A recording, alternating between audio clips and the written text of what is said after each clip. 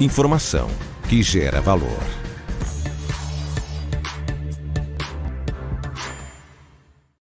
Olá pessoal, estamos no ar com Você com o Dinheiro de hoje, o seu programa sobre investimentos, nessa parceria entre a Com Dinheiro e a BBC News, para trazer para você, telespectador da BBC News, investidor e profissional de mercado, sempre as melhores cabeças para responder as piores perguntas com as melhores respostas. Hoje nós estamos aqui com um convidado que é muito especial, eu acho que vocês vão gostar bastante. Nós estamos aqui com o Alessandro Greco, que é escritor, roteirista, engenheiro, entre muitas outras coisas, para contar algumas histórias para vocês sobre bastidores do que é a construção de uma biografia, inclusive os bastidores de uma biografia especial, que eu tenho certeza que vocês vão gostar e vão gostar muito de saber as histórias, inclusive de ler o livro depois, não é mesmo, Alessandro? Oi, Felipe. Obrigado. Sim, eu estou escrevendo essa nova biografia, que é de uma figura muito famosa no mercado financeiro, que está com 78 anos e que basicamente criou tudo que a gente vê, ou boa parte do que a gente vê no mercado financeiro hoje, é ele. Mas eu vou pedir para você segurar um pouquinho esse nome. Deixa eu começar perguntando o que foi fazer um engenheiro escritor. Cara, um engenheiro que se forma na Poli, na década de 90, e aí tinha duas opções. Engenheiro não dava para ser naquela época, porque não tinha trabalho de engenharia. Não porque as pessoas não quisessem fazer trabalho de engenharia. E eu não queria ir para o mercado financeiro, curiosamente. Meus amigos todos foram para o mercado, toda a minha turma, acho que 2 ou 3 foram para a engenharia, os outros 35, 38 foram para o mercado financeiro. E eu fui para a Gazeta Mercantil. Virar jornalista. Que segundo você não é mercado financeiro, mas já estava com o pezinho lá também, né? Não era mercado financeiro, era ciência e tecnologia. Porque eu caí na editoria, que era uma editoria de final de semana, que escrevia sobre ciência, cultura e ciência. E tinha assim, você sabe escrever sobre ciência? Eu falei, eu sou engenheiro, então você escreve. Eu falei, que ótimo. Eu nunca tinha escrito na vida. Tinha feito um programa de trainee rápido que eles tinham ali, e acabei tendo que escrever e aprendendo a escrever sobre ciência e tecnologia. Isso eu estou falando do tempo do começo da internet, né? Não existia ainda, basicamente, internet no Brasil, isso é 1998. Faz um tempo já. 25 anos? Você acompanhou de perto a formação da internet. Isso, inclusive, foi um dos temas, um dos grandes sucessos seus como escritor, passou por essa construção da internet. Na verdade, é a primeira biografia que eu escrevo. Não é o primeiro livro, mas é a primeira, que é do Storm, que é o Vanderlei Abreu Jr., que é um hacker brasileiro, que invade a NASA quando tem 17 anos, e ele... não invade, a NASA é o que todo mundo sabe, né? Mas ele invadiu o MIT, ele invadiu a Universidade de Cornell, e ele invadiu o computador mais rápido do mundo, que era o Blue Mountain, no Laboratório Nacional de Los Alamos. Um computador que simulava explosão atômica. E os americanos não ficaram felizes com isso. Não, eu imagino, eu imagino que não. Agora, e de onde tivesse ideia de invadir a NASA, conta como é que foi o processo de construção da biografia de alguém que invadiu o computador mais rápido do mundo. Porque eu imagino que você também ficava preocupado com a invasão hacker na sua vida depois. Eu tinha essa preocupação até a hora que eu falei, bem, não tem solução. Se ele quiser olhar o meu celular, vai ser. Então, assim, eu vou fazer o que tem que ser feito. E eu fui, na verdade, aos poucos, como que desencanando disso. Eu falei, não, dane-se. Se alguém estiver escutando, se alguém estiver vendo, whatever. Escuta, ouve, seja feliz. Mas a maior dificuldade na construção de uma biografia de um hacker, ao contrário do próximo biografado, que é uma figura que fala, né, muito, o hacker não gosta de falar por natureza. Então eu passei 3 anos na minha vida tendo que, aos poucos, descobrir o que morava dentro do hacker e o que ele tinha feito. E eu tenho um acordo com ele. Uma parte do que eu sei está guardado. É bem guardado, aliás. Criptografado. Porque não dá para escrever agora. Os motivos você pode imaginar. Não tem como. Então, assim, meu dever, isso foi um acordo de que eu guardaria essas informações. Eu sempre falei, o acordo é, se ele morre, eu posso publicar. Ao que ele tira sarro da minha cara e diz, você é muito mais velho do que eu, você vai morrer antes, então não preciso nem ficar preocupado.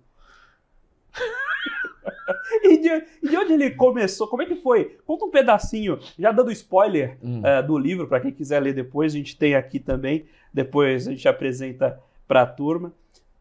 Como começou essa história de hackear a internet numa época que a internet brasileira nem era internet de verdade? Era um bando de moleque, querendo mostrar que era um melhor que o outro. E isso era do tipo, eu consegui invadir o MIT. Aí você conseguia mostrar que você estava dentro do servidor do MIT. E era uma competição entre, tipo, brincadeira de criança. Não tinha muito assim, vou roubar dados, ou vou roubar cartão de crédito. Não havia muito esse intuito. O que você queria era, tipo, eu sou bom pra caramba. Isso aqui ninguém sabe nada, quem sabe sou eu. E aí ele vai. E aí ele cai dentro da NASA, e depois ele acaba caindo dentro de Los Alamos. Ele não sabia que ele tinha caído dentro de Los Alamos, essa é a história. Ele sabia que ele estava dentro da NASA. Mas quando ele se conecta, a partir do computador da NASA, no computador de Los Alamos, ele sabe que ele está dentro de um supercomputador, porque usa um sistema operacional que chama Unix, do Cray, que era uma empresa que fazia supercomputadores. Mas ele não tem nem ideia de que aquele era o computador de Los Alamos. E maluco como ele era por extraterrestres, ele põe um programinha dentro do supercomputador de Los Alamos. Para tentar encontrar extraterrestres. Chamado, você vai lembrar, Set It Home. Que era um programinha que usava o tempo que os computadores pessoais não estavam rodando, né? Quando eles estavam idle, que chama, quando você não está rodando nenhum programa, ele usava aquele poder computacional de cada computador para rodar os dados que vinham do telescópio. Do radioscópio, desculpa. Aí, ele botou esse programa dentro do Blue Mountain. Deu para processar bastante coisa. Ele era o terceiro cara que processava mais. Ele estava atrás, acho que só do próprio pessoal de Los Alamos e de mais um que eu não me lembro se era uma dessas grandes empresas. E aí, a chefe de segurança achou estranho, né? E aí pegaram. Foi pego. Aí teve que ir pra lá, né? Quer dizer, ele tinha duas opções. Ele podia não ter ido. Mas nunca mais entrava, né? Esse foi o acordo. Eu não vou. Se você não for, nunca mais você entra aqui. Aqui é os Estados Unidos. Aí ele resolveu que era melhor ele ir lá explicar o que fez. E como é que foi o pós tudo isso? Ele, ok, era uma brincadeira de criança no começo. Ele foi pra lá. Mas aí ele foi usar essa mente brilhante a serviço do governo americano, ou ele continuou do que você pode contar, claro, porque a gente não quer, eu posso contar. A gente não quer derrubar o sinal da BBC aqui agora.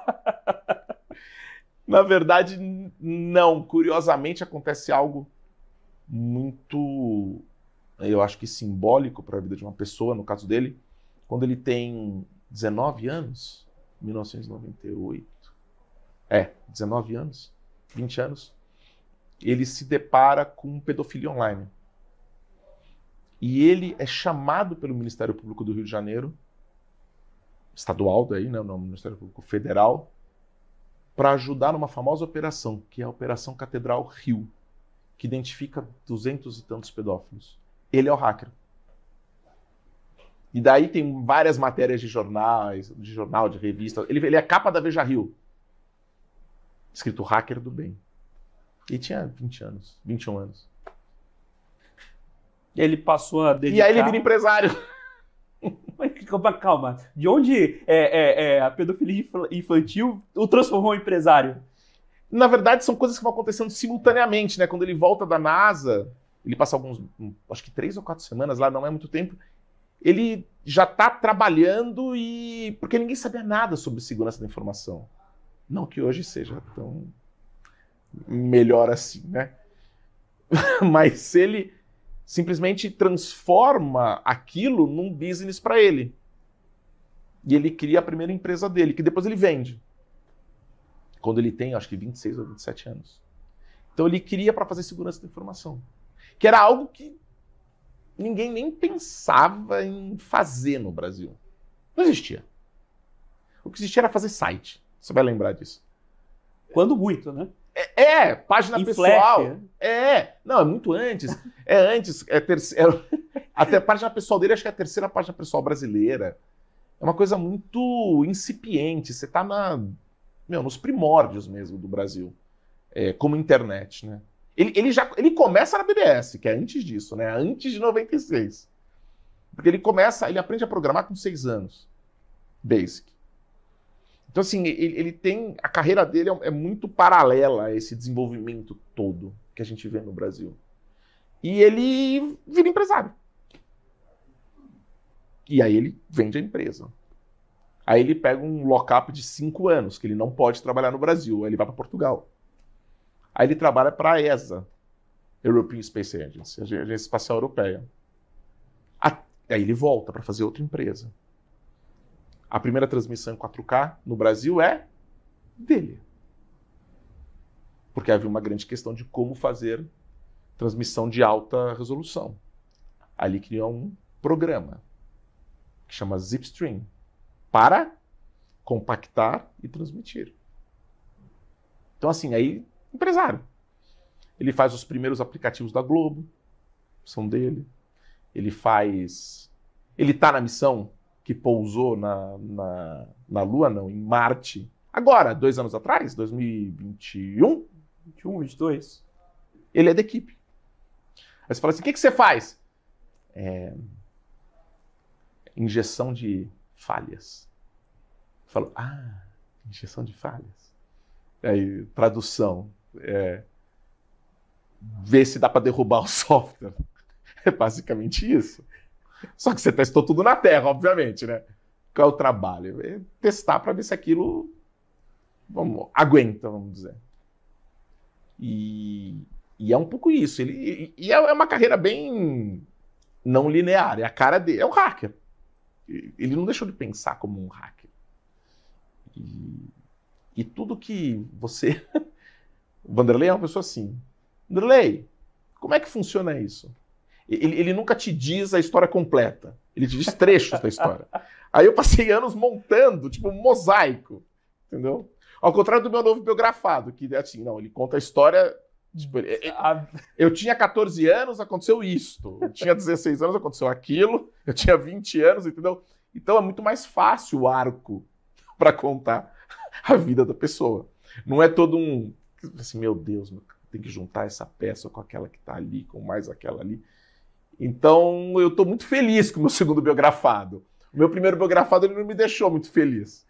E aí vai me xingar quando assistir essa entrevista, mas tudo bem, não tem problema. Não, mas não derrube a BBC. A BBC não tem... Vanderlei, a BBC não tem nada a ver com isso, tá? Sou eu que estou falando. Você com dinheiro a uma produção independente. Estrita responsabilidade do convidado. Agora, você comentou que essa foi a primeira biografia que você fez, mas você já tinha outras publicações. Não são propriamente biografias, mas eu tenho aqui também, nessa listinha, um livro muito interessante que é o Homens de Ciência. Você escreveu conversando, entrevistando grandes nomes da ciência, alguns agora ficaram conhecidos, né? Porque agora virou filme, né? O pessoal agora o pessoal sabe quem é, né? Agora o pessoal sabe quem é, mas você conversou com figuras muito emblemáticas da ciência mundial, né? Como é que foi a experiência de escrever um livro como esse? Ter contato com esse tipo de pessoa? Não só por ser emblemática, por ser famosa, mas por ter uma rotação diferente. Cientistas pensam de uma forma muito diferente da nossa, né? Eu acho que eles vivem num mundo diferente do nosso. Eles não têm... Tem um exemplo que está no livro, que é o Charles Townes. Charles Townes inventou o laser. Eu estava nos Estados Unidos em 1999, no Centennial Meeting, chamado da APS, Então, encontrou um centenário da Associação Americana de Física. E eles convidaram cento e tantos prêmios Nobel e foram 75, 76. E estão todos lá. E eu peço para... Aquelas sessões, nesses grandes eventos, centros de convenções, estão em várias sessões simultâneas, e eu entro numa para conversar com o Charles Townes. E aí peço, eu queria entrevistar o professor, claro. Aí eu estava na primeira fileira, sentei do lado dele. Era repórter naquela época, sentei do lado dele. E ele fala assim, não, claro. Eu só preciso ouvir quem está falando aqui. Quem estava falando era outro prêmio Nobel, chamado Daniel Schum. E eu, muito distraído, alguém do outro lado, aqui do meu lado, ele estava do meu lado direito, eu falei assim, shh, tipo, quieto. Eu olho para o lado, todos eles tinham um badgezinho, prêmio Nobel. Eu falo, ih, caramba, outro prêmio Nobel. Aí eu me dou conta que eu sentei na primeira fila. Que era a fila de quem? Só dos prêmios Nobel. Aí eu saio de fininho e resolvo esperar do lado de fora da sala, porque achei que, eu estava no local errado. Ele sai da sala no fim da conversa e tá a mulher dele, Frances Townes, com quem naquela época ele era casado há 60 anos. Ele tinha 80. Acho que ele era casado desde os 20 com ela. Tá bom. Não, Alessandro, ótimo, vamos entrevistar. Agora, se o senhor puder, professor, aquela coisa toda educada. Tá ótimo. Nós vamos descer esta primeira escada e depois a segunda escada rolante. Eram 2 escadas rolantes. Claro, professor. E ele sai andando. Em disparada. Parecia cena de filme, o cara... E eu olho pro lado, tá a mulher dele do meu lado, a Frances Townes. Que olha pra mim, tipo, vamos lá? Vamos lá. E vou acompanhando ela, porque eu não ia deixá-la. Charles Townes desce a primeira escada rolante e vira à esquerda. Eu tô no meio da escada rolante com a mulher dele, que levanta a mão assim, educadamente, fala, Charles! Berrando. No meio do centro de convenções. Você disse que tínhamos que descer 2 escadas rolantes. Ele vira para ela berrando de volta. Nunca, tipo, ele tinha 80, eram 70 e tantos. Ele fala, não disse isso não. Eu disse que era aqui, nessa sala aqui. Ela olha para mim, olha para mim e fala assim, essa é a minha vida há 60 anos. Tentando traduzir essa pessoa para o mundo e o mundo para essa pessoa. Do tipo, olha, é isso que temos, e estamos vivendo assim, e vamos caminhando. Acontece isso também comigo, e isso mais na área do humor, com o Freeman Dyson. Freeman Dyson foi um grande cientista que foi contratado pelo Oppenheimer para trabalhar no Instituto de Estudos Avançados de Princeton, quando o Oppenheimer foi diretor. Físico, matemático e inglês. Aí eu converso 3 horas com ele. Esse é o mesmo local onde o Einstein trabalhou a vida inteira nos Estados Unidos. Ele fala, estou morrendo de fome, vamos almoçar? Claro, professor. Aí a gente desce. Aí humor em inglês, tá? Ele desce e tô lá no... Não é tipo um bandejão, mas muito mais sofisticado. Tô pegando a comida. Ele vira pra mim e fala assim, podemos almoçar junto com aquela linda moça? Eu olho e falo, claro, professor. Ele vira pra mim, dá uma risadinha e fala, minha mulher. Bastava ter falado. Isso, eu acho que eles são muito mais humanos, mas eles vivem num mundo muito paralelo, talvez. Eu não sei direito definir como essas pessoas pensam. Mas eu percebo que era muito fora, entendeu? Da gente. Da vida cotidiana, vamos dizer assim. E eu lembro de entrar também na sala do Fluminense, tinha uma lousa cheia de equações. Eu olhava tudo e falava, meu Deus. Eu acho que eu só consigo ver que tem X, Y, Z, alfa, delta, mas além disso... E eu fiz engenharia, né? Eu tenho algum exercício, eu tenho algum mínimo, pelo menos, de olhar algo e falar, matemática, eu entendi. Mas era grego aquilo para mim. Era um mundo totalmente fora, assim. Agora, tem casos quando, nessa mesma viagem, eu encontro com o John Wheeler, John Archibald Wheeler. Pouca gente conhece o nome, mas todo mundo conhece Buracos Negros. Ele é o cara que dá o nome Buracos Negros num encontro que eles estão tendo na Universidade de Princeton, quando ele foi professor a vida inteira. E ele é um cara que, durante 60 anos, 70 anos, usou-se o livro de Teoria da Relatividade Geral dele, em Princeton. Se bobear, até hoje estão usando. E ele era muito amigo do Einstein. E quando eu estou entrevistando ele, ele já tinha 88 anos, uma coisa assim. O pessoal toma bem, né? Meu, os caras têm uma longevidade que é uma loucura.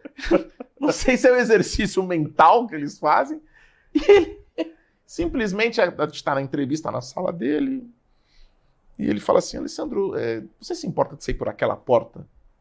E aquela porta era a porta oposta ao que nós tínhamos entrado. Eu falei, não, professor, como o senhor quiser. Não, é que minha mulher não me deixa mais sair sozinho de casa, então tem uma acompanhante aqui. Se a gente sair por essa porta, eu não vou poder ir com você sozinho, eu quero ir junto com você sozinho. Isso era de manhã. E eu passei a minha tarde com o John Archibald Wheeler, o cara que criou o termo Buracos Negros, que quando Einstein escreveu a teoria da relatividade geral, disse que só 10 pessoas no mundo entendiam. Uma delas era o Wheeler, a outra era um brasileiro, o Mário Schoenberg. Físico brasileiro. Aí ele me levou na casa onde o Einstein tinha vivido. Eu fui almoçar com ele no restaurante da Universidade de Princeton. Só que ele já era professor emérito, então ele já não ia mais lá. Aí tô eu lá com ele e ele vira pro maître e fala assim, esqueci meu cartão da universidade. É que não era pra ele estar lá. A companhia tinha levado pra fazer entrevista e ia catá-lo e levá-lo de volta pra casa. E eu cada vez... E a sensação de você ficar preocupado, e falar assim, meu Deus... Pô, eu tô... na teoria eu tô sequestrando. Eu falei, isso vai dar merda. Se esse senhor não volta pra casa inteiro, eu tô ferrado. E aí o maître vira pra ele, né? Não, professor, a gente conhece o senhor. Fica tranquilo, o senhor não precisa de cartão aqui. E o maître também já era velhinho. Era tipo uma história.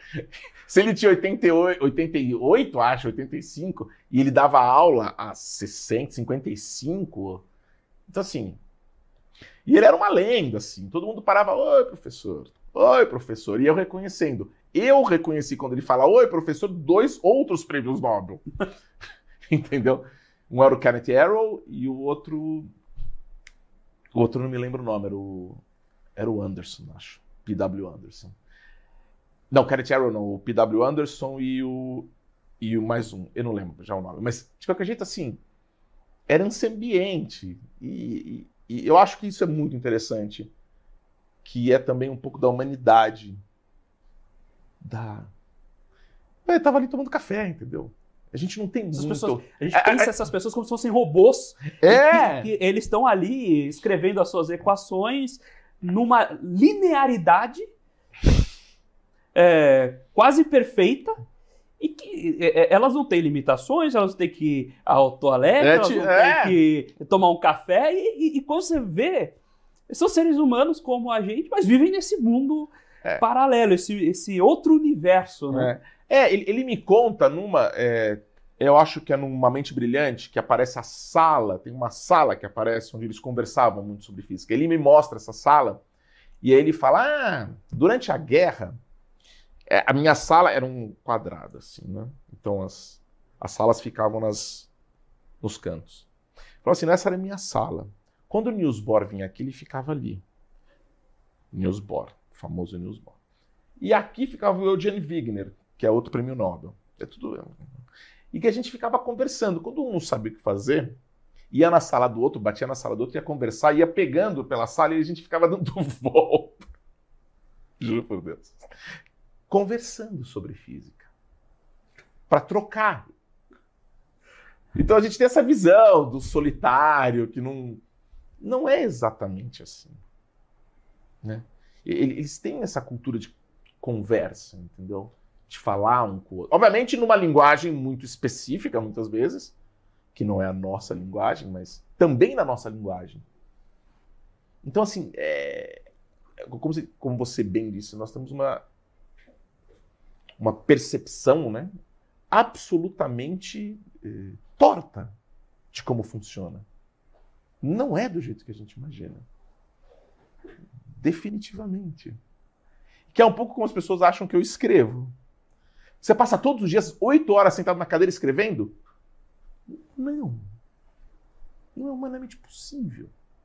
Pelo menos para mim. Imagina 8 horas na frente de uma tela de computador. Você para. Vai no banheiro, almoça, toma água. Vamos tomar uma água, inclusive. E as pessoas veem robôs. Agora, quando você está ali, frente a frente com um nome como esse, não bate um nervosismo? Você não fica... Essa pergunta eu tenho mais medo. Porque eu não fico nervoso. Mas é porque eu uso uma...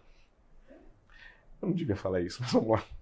Eu vou falar. Porque é verdade. Gente aqui... Só não tem ninguém aqui. Eu tenho uma técnica para não ficar nervoso.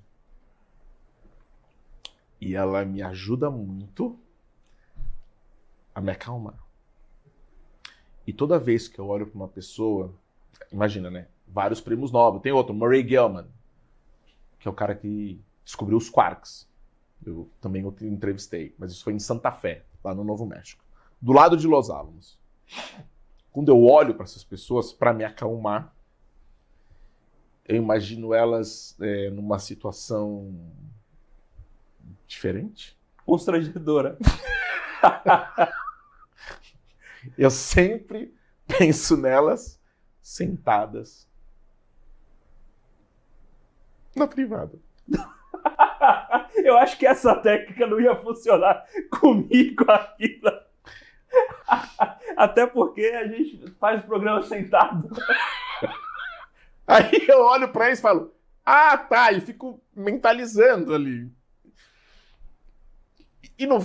E daí a primeira sensação que sempre me vem é de achar graça. Porque é uma contradição, né? Então, isso me acalma brutalmente, você não imagina como. Eu faço ideia. Agora, eu acho que é uma tática que tem que ser usada pelas pessoas certas também. Então, eu não... Elas não me... Porque muitas vezes já me perguntaram isso. Como é que você consegue? Como é que você conseguia fazer isso, né? Eu tinha 27 anos. Eu falei, não, porque eu sempre penso isso.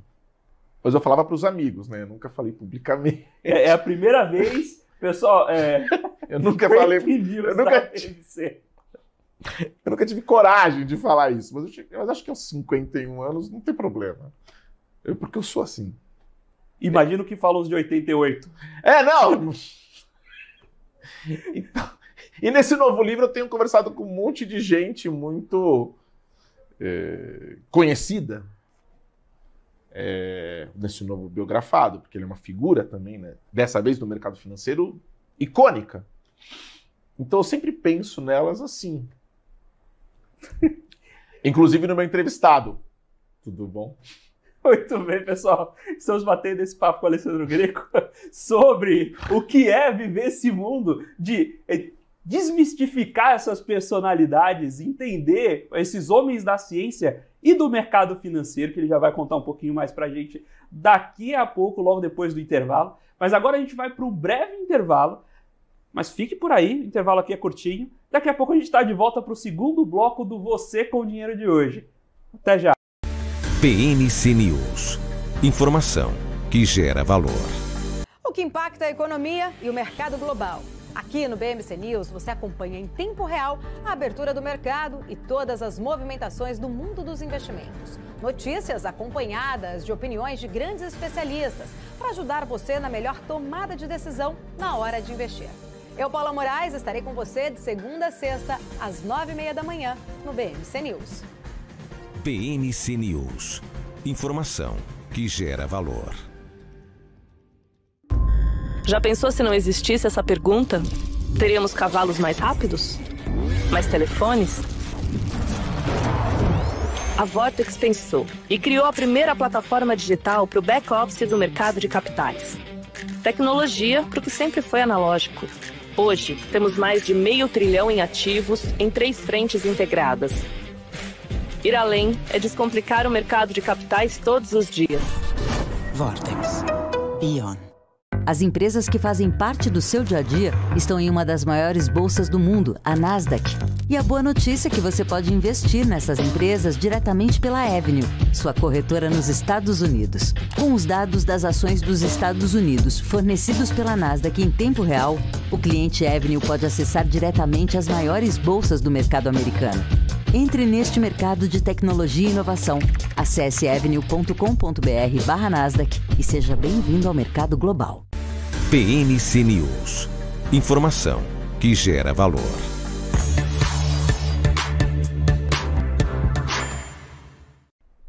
Olá pessoal, estamos de volta aqui para o segundo bloco do Você com Dinheiro de hoje, batendo esse papo descontraído com o Alessandro Greco aqui sobre algumas histórias particulares desses homens da ciência, mas também sobre mercado financeiro. O Alessandro aqui teve uma carreira linear como a gente gosta no mercado financeiro, não é isso?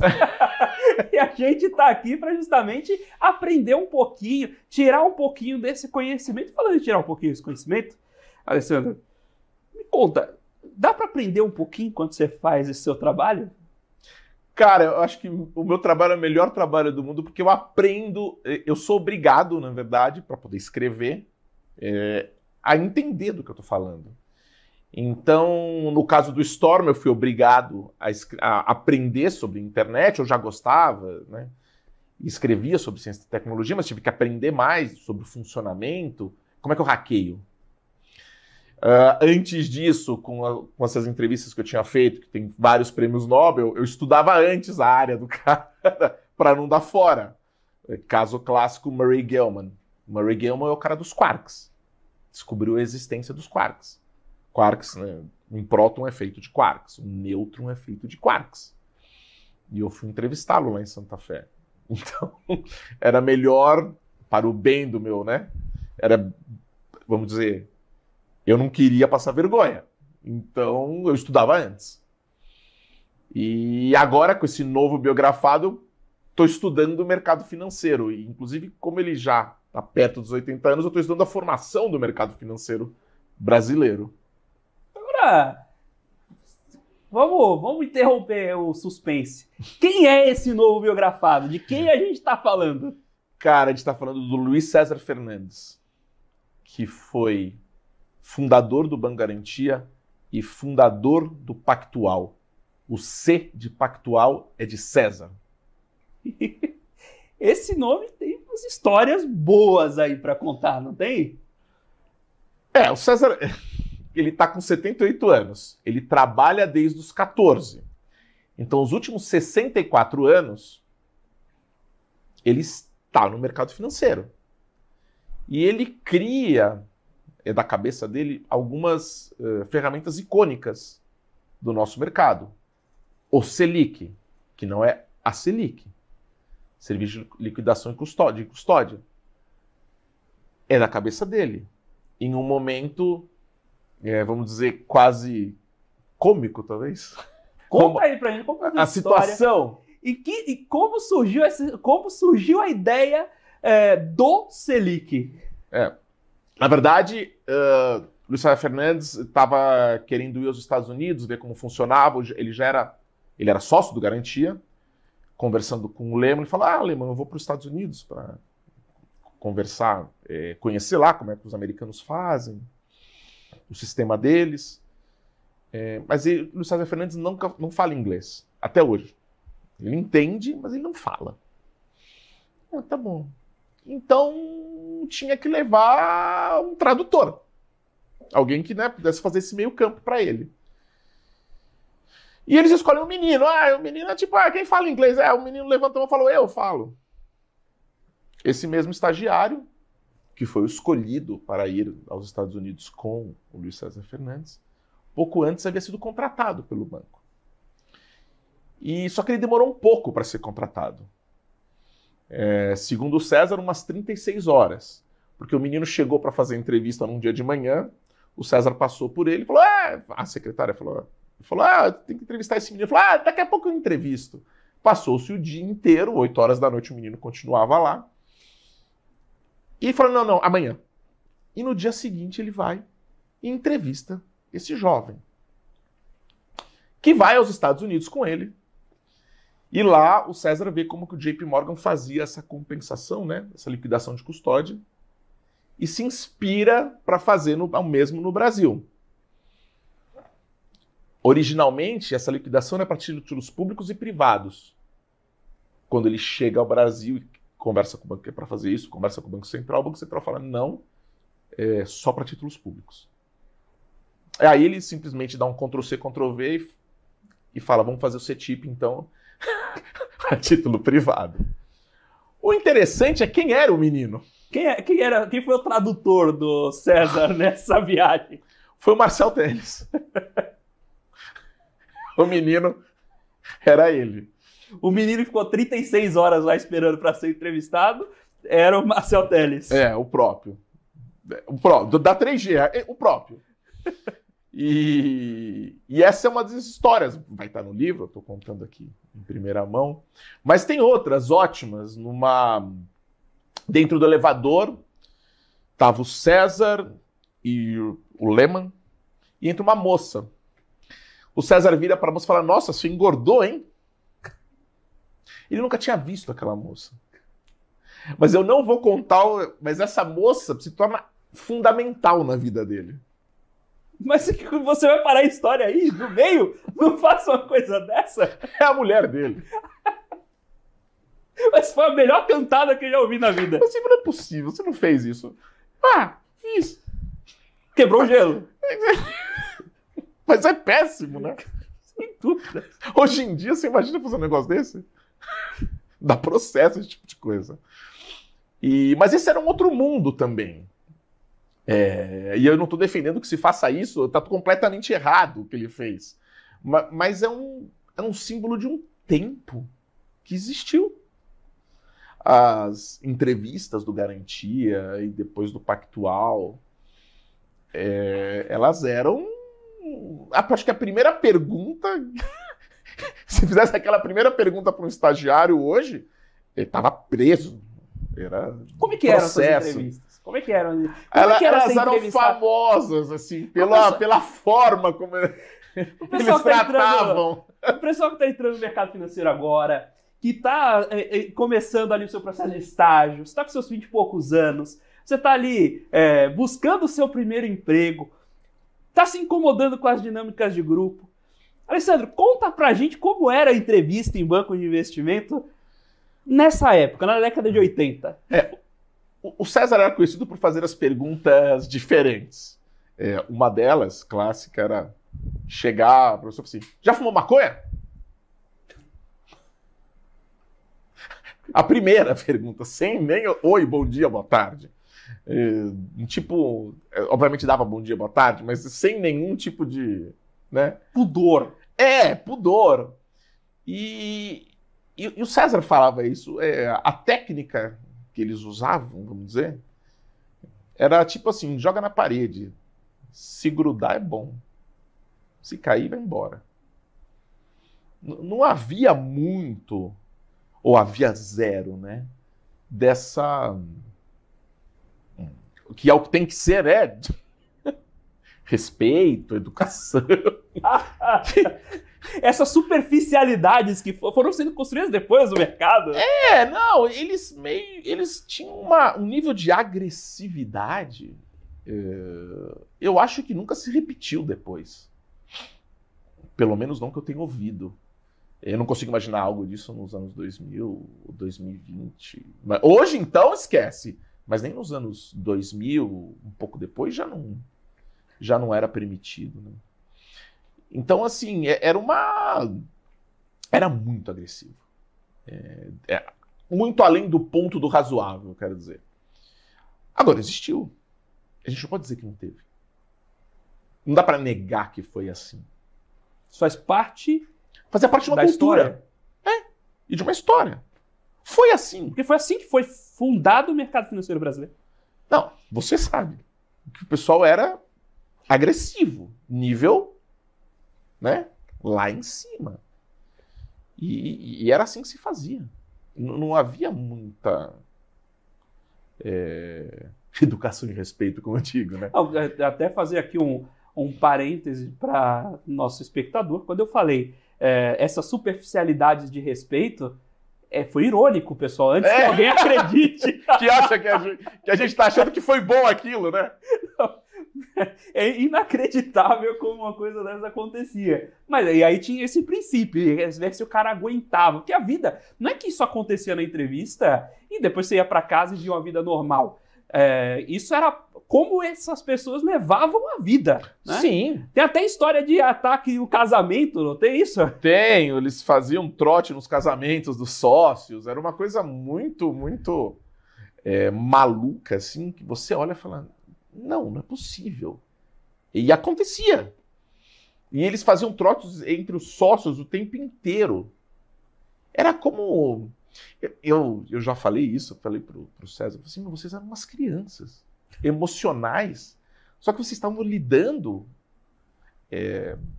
Só que vocês eram tecnicamente muito capacitados, né? Brilhantes naquilo que faziam, mas emocionalmente não havia... vamos dizer, uma maturidade mínima.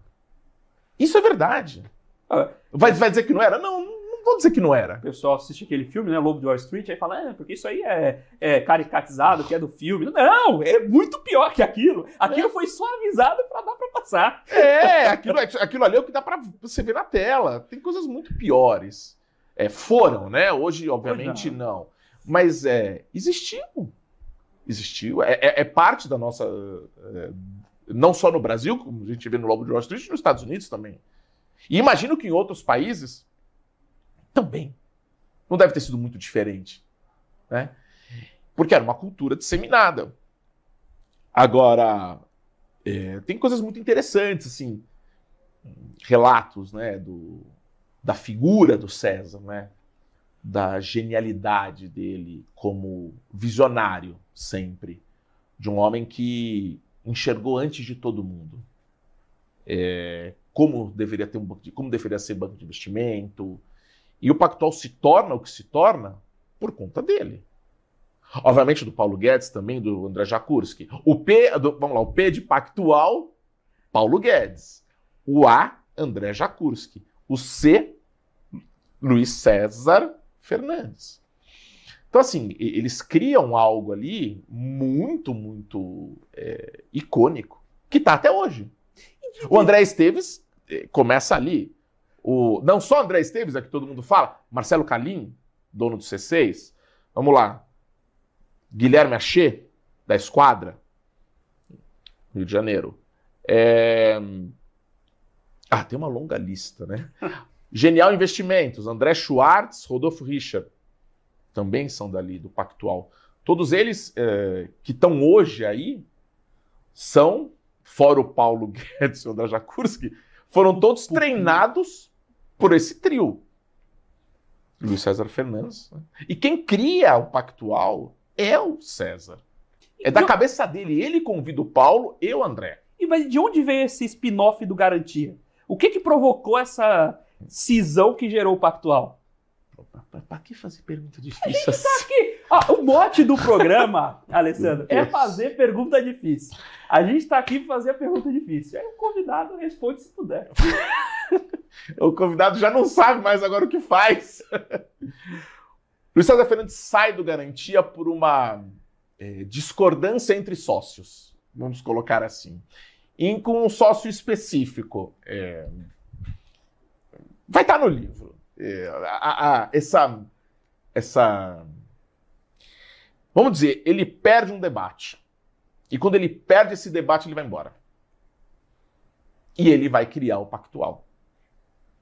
E aí ele convida o Paulo e o André para criarem o Pactual. Isso está no livro. Isso está no livro. De como essa transição, né? Sim. Você depois tem que falar quando vai ser lançado o livro, a gente fala da editora também, tudo isso. Mas tem uma pergunta, você comentou aí de uma desentendimento entre os sócios e de o César ser esse visionário. Sim. O que ele acha de banco digital? Ele teve a ideia de fazer o banco digital há 20 anos atrás. E foram contra. E ele perde um debate entre sócios também de que aquilo era... O César é o primeiro que fala, vamos transformar um banco de investimento, vamos abrir o leque e transformá-lo num banco de varejo. Já viu isso? Já. Tem um tal de BTG Pactual, né? Exatamente. E o César é o primeiro cara que pensa private equity, só que ele resolve fazer na física. Não existia private equity no Brasil. E ele é o cara que pensa em fazer isso, lá atrás. Você vai olhar para o mercado americano, lá já tinha. Sim, na verdade ele tá olhando o mundo e falando, cara, tem isso aqui, tem aquilo ali. Por que não? Vamos fazer. Então ele é esse visionário, o cara que está sempre olhando e falando, vamos fazer. E a cabeça dele, você conversa com o César, ele está o tempo inteiro pensando na próxima grande coisa que pode acontecer no mundo. E ele tem uma memória que eu não tenho. Aos 78, ele tem 78, eu tenho só 51, eu sou 27 anos mais novo que ele. E ele lembra de fatos com datas. Perguntei para ele, César, Selic, que ano? 72. CETIP, não, 72. CDI, 76. Eu falo, o cara sabe os anos. 76 faz 40 e... Não é que ele lembra que ele leu no livro. Ele fala, eu lembro que faz uns 76, faz uns 40 e tanto. Por que estava lá? Ele estava lá. Entendeu? Ele estava participando de tudo isso e foi um dos atores que fez isso. Então, é surpreendente que alguém, do meu ponto de vista, de quem está escrevendo, porque pensa numa carreira, né? Geralmente as pessoas têm uma carreira que vai num crescendo, mas ela se mantém na mesma área, certo? Sim. Agora, o César, ele se mantém na mesma área, mas ele cria vai criando novas coisas dentro daquela área. Então diz para mim, quem criou outras novas? Além, obviamente ele não fez isso sozinho, teve mais gente, mas vamos lá. Banco de Investimento Garantia, Banco de Investimento Pactual, ele tem a ideia de fazer daqui no banco de varejo, ele pensa em banco digital há 20 anos atrás, ele é um dos caras que faz Selic, CETIP, CDI. Quais são as novas ferramentas além dessas? Me cita. Eu sou um outsider, então se você sabe muito mais de mercado financeiro, legal. Me diga novas ferramentas. A gente usa isso até hoje. Sim. Tá tudo aí. Então, assim, a capacidade dele de criar, de ter ideias, de ter soluções. Obviamente, você vai pegar 10 ideias, 7 não prestam, mas tem 2 ou 3 que você fala, caramba, o cara andou o mercado 20 anos, entendeu? Tipo, coisas que dali 20 anos vão existir. Então, assim, e é isso que me levou a querer fazer a biografia dele. Porque eu lembrava dele de 1995 ou 6, quando eu saí da faculdade. Quando eu saí da engenharia da Poli, me formei e meus amigos foram ou para o Garantia, ou para o Pactual, ou para o BNP Paribas, ou para aquele outro francês, CCF. Então, eu falava, cara, esse cara, cadê esse cara? E aí que eu vou atrás dele e descubro. E aí mando uma mensagem para ele. De WhatsApp, descubro o celular dele, mando uma mensagem. E ele fala, não, tá bom, vem aí. Aí eu vou lá. E o César gosta de conversar à noite, né? Hábitos bastante comuns, os hábitos né? dele são completamente... As conversas geralmente começam às 9 da noite e vão até às 6 da manhã do outro dia. Então... E aí ele vai me contando. Sempre com cachimbo, que todo mundo se acostumou a ver. A barba branca, o cachimbo, fumando. E esse cara não estudou. Num mundo, você sabe disso, melhor que eu até, em que todas as pessoas são altamente treinadas, vamos dizer MBA, acho que é o mínimo, né? Ele não estudou. Estudou até 7º ano. Só que ele sempre fez questão de contratar pessoas, e isso é muito interessante como você fala assim, como o cara é um bom manager, né? Que tinham habilidades que ele não tinha.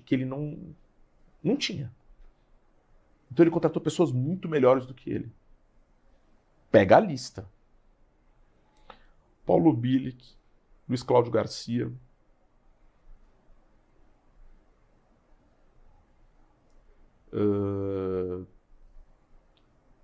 Marcelo Sefati, Eduardo Plas, Gilberto Sayão, André Esteves. You name it. Obviamente depois tem toda a saída dele do Pactual, um momento muito conturbado que, né? E a saída do Pactual tem um ponto aí, né? A gente fala sobre toda essa cultura que era, digamos, usando os termos de hoje, tóxica em muitos momentos. Sim. Mas existia um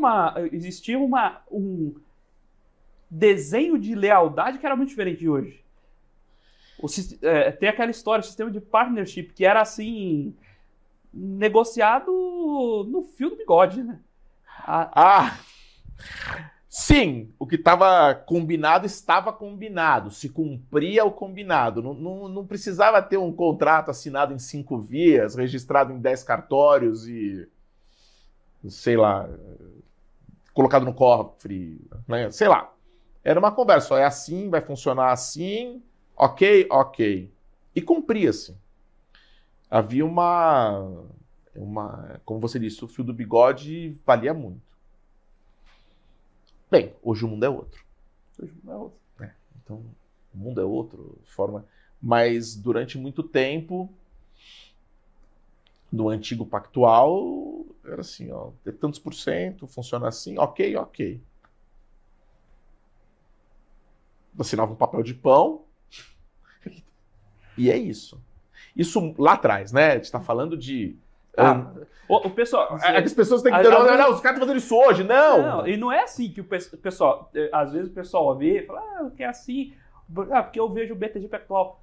Pessoal, deve que a gente está falando aqui, não existia BTG. Né? Exato. O nome Pactual que vocês veem no BTG hoje vem do Banco Pactual, que é uma outra história completamente diferente, que já passou pela mão do UBS, que já foi recomprado pelo BTG, cujos sócios vieram do Pactual, mas não é mais o mesmo banco. Isso.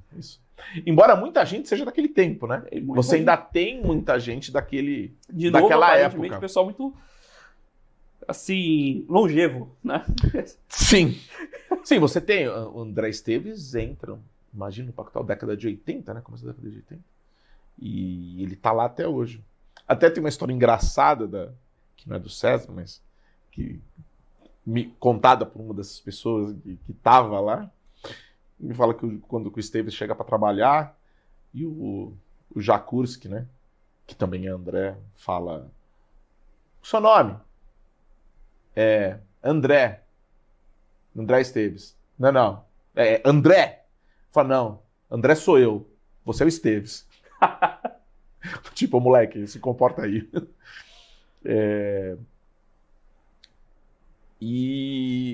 Então, assim, é uma outra época. Outro mundo. E eu acho fascinante como a formação, né?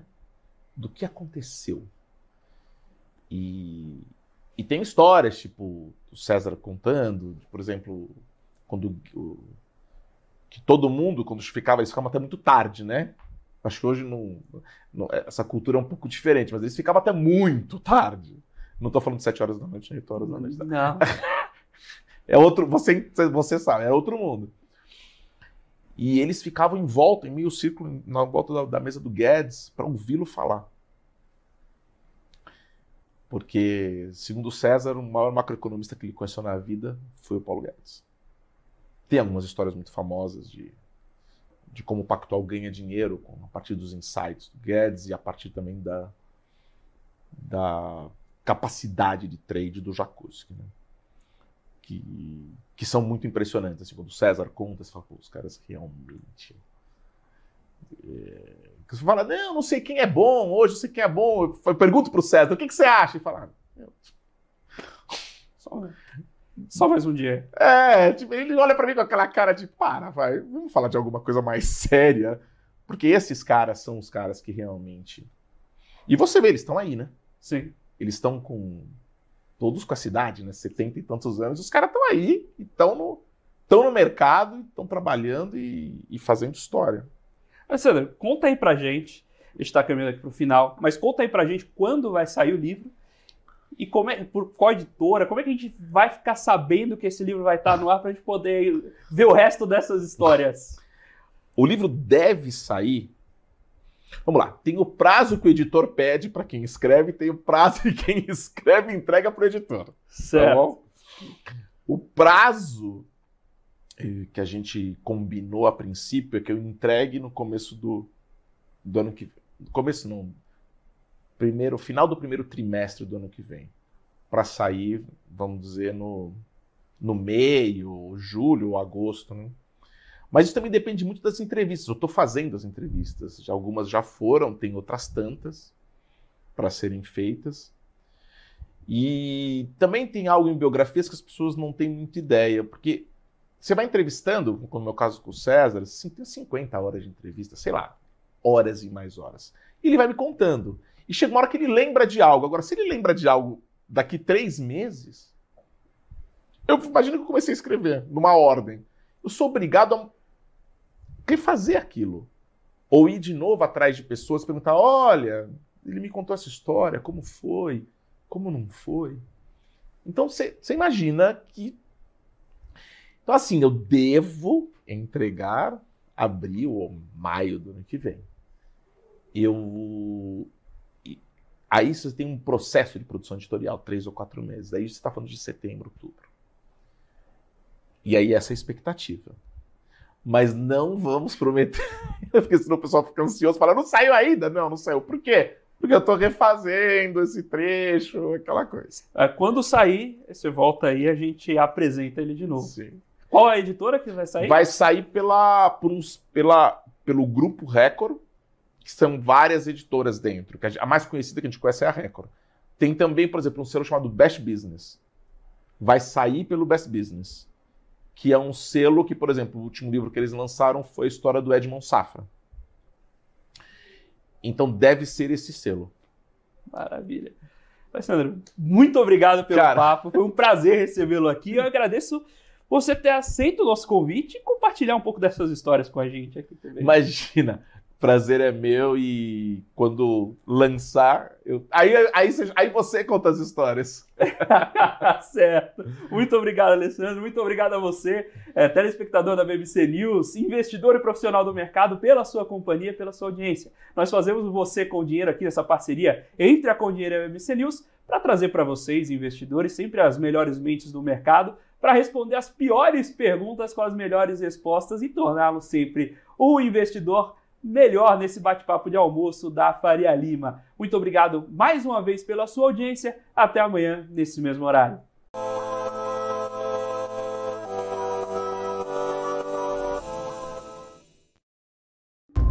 Já pensou se não existisse essa pergunta? Teríamos cavalos mais rápidos? Mais telefones? A Vortex pensou e criou a primeira plataforma digital para o back-office do mercado de capitais. Tecnologia para o que sempre foi analógico. Hoje, temos mais de R$500 bilhão em ativos em 3 frentes integradas. Ir além é descomplicar o mercado de capitais todos os dias. Vortex. Beyond. Tesouro Direto. Tenho certeza que você já ouviu falar nele. Mas você sabe o que ele é? Esse é o quadro BMC Explica e o tema de hoje é Tesouro Direto. Bom, nada mais é do que um programa do governo brasileiro, em parceria com a B3, que permite que pessoas físicas invistam diretamente em títulos públicos emitidos pelo Tesouro Nacional, bastando apenas ter uma conta num banco ou em uma corretora habilitada pelo Tesouro Direto.